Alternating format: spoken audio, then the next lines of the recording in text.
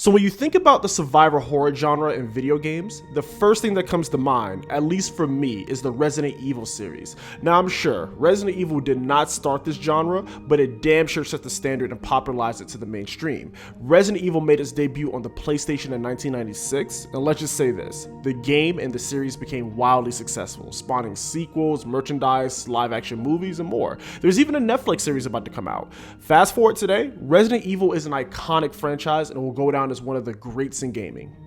Resident Evil was developed and created by Capcom. Now, I did not grow up with any of the classic Resident Evil games, and this wasn't the first thing that came to mind when I heard the word Capcom. During the PlayStation era, I was all about Mega Man X4 and Street Fighter Alpha 3. It was not until the GameCube that I got my first taste of Resident Evil with the 4th installment, and to this day, Resident Evil 4 remains one of my favorite games ever.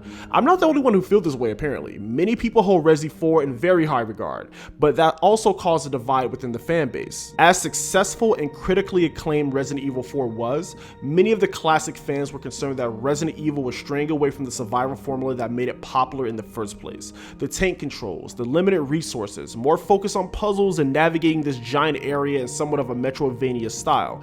Instead, the later games opted for more action, gunplay, and more linear progression.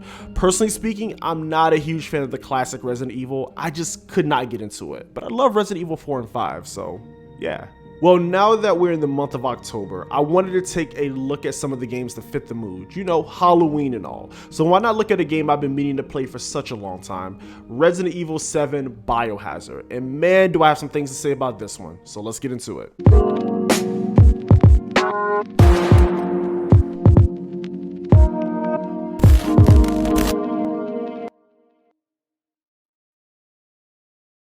So Resident Evil 7, man, let me say this now. I love this game. Okay, but why? Some people consider Resident Evil 7 a return to form in some sense, but when I tell you this game had my heart beating out of my chest and my palms sweaty, it had me nervous the entire playthrough. I mean, my goodness. But before we get into the gameplay, let's take a brief look at the plot. RE7 starts off with a message from this woman named Mia, who is the wife of our main character, Ethan. Mia sends a message to Ethan that draws him to this home in Louisiana. Come to find out, Mia was missing for some time now. So of course, Ethan was more than willing to rescue the love of his life. But little does he know, he is in for one hell of a time.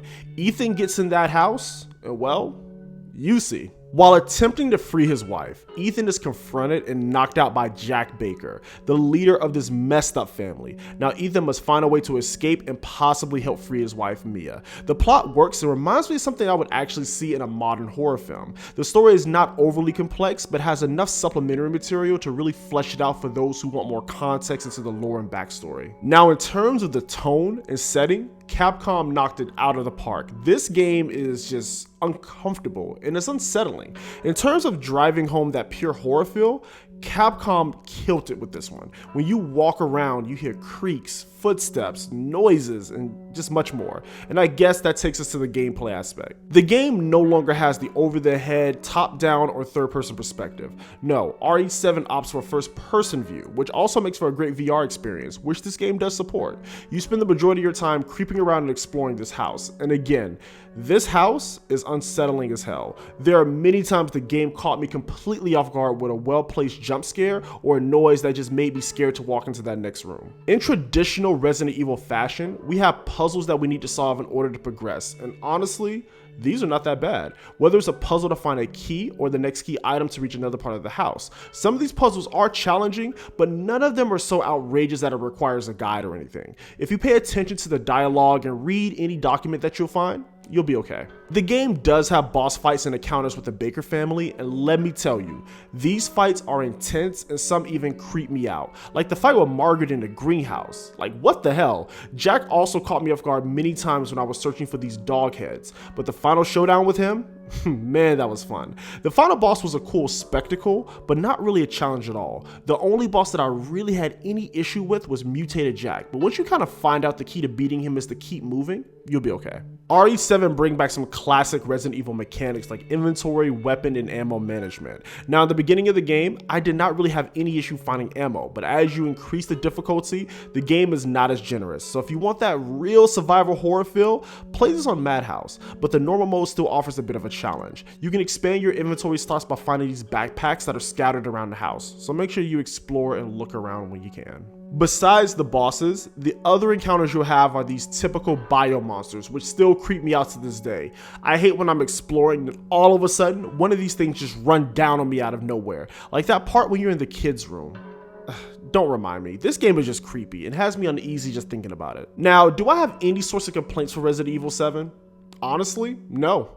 I could talk about how slow Ethan is overall when it comes to reloading and such, but I think that's just part of the experience. Survival horror. If you want to be some overpowered superhuman, well, go play Dead Rising 4. I still need to finish that game, by the way, but in all seriousness, this game was an amazing experience and I really don't have any complaints. Overall, whether you're a fan of the classic Resident Evil series or more so a fan of the action titles, I can't really say where this would fall for you, but for me personally, I love this game. This is easily one of my favorite Resident Evils next to Resident Evil 4 so far, and this game deserves all the praise it got. I mean, seriously, if you need a game to creep you out this Halloween season, Resident Evil 7 will be one of my top picks, so go play this. Now, again, I thank you all for watching, and I'll see you next time.